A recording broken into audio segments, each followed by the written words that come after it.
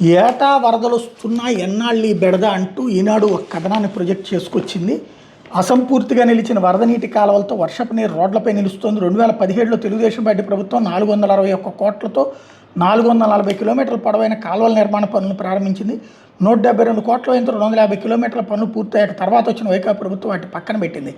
పెండింగ్లో ఉన్న 190 కిలోమీటర్ల కాలువల నిర్మాణం పూర్తికి సవరించిన 280 కోట్ల అంచనాలను ప్రభుత్వం ఆమోదించాలి. సిఆర్డీ నిధులతో పెండింగ్ పనులు పూర్తి చేయించాలన్న ప్రతిపాదననైనా పరిశీలించాలి అన్నటువంటిది. ఇక్కడ ఒక్కసారి గుర్తుకు తెచ్చుకోండి, ఎవరిని మోసం చేస్తున్నారు వీళ్ళు వార్తల ద్వారా.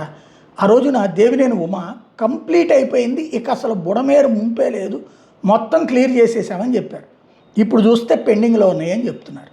మరి ఎవరిని మోసం చేస్తున్నట్టు? 2017లో పనులు ప్రారంభమైతే 2020కి పూర్తి కాలేదా? 2019కి అయిపోయినాయి అని చెప్పి ప్రెస్ మీట్ పెట్టి మరి చెప్పారు. డబ్బులు కూడా ఇచ్చారు వాళ్ళకి. ఇప్పుడు ఇంకా చాలా మిగిలిందని చెప్తున్నారు. అందువల్ల వరదలు వస్తున్నాయి అని చెప్తున్నారు. వరదలు రావడానికి అది కాదు కారణం, ఈ మధ్యలో అడ్డుకోవడం వల్ల వచ్చినటువంటి కారణం. ఓవరాల్గా ప్రజల్ని ఎలా మాయ చేయాలన్నటువంటి దాంట్లో జర్నలిజంలో పిహెచ్డీలు చేసేసింది ఇప్పుడు ఈనాడు.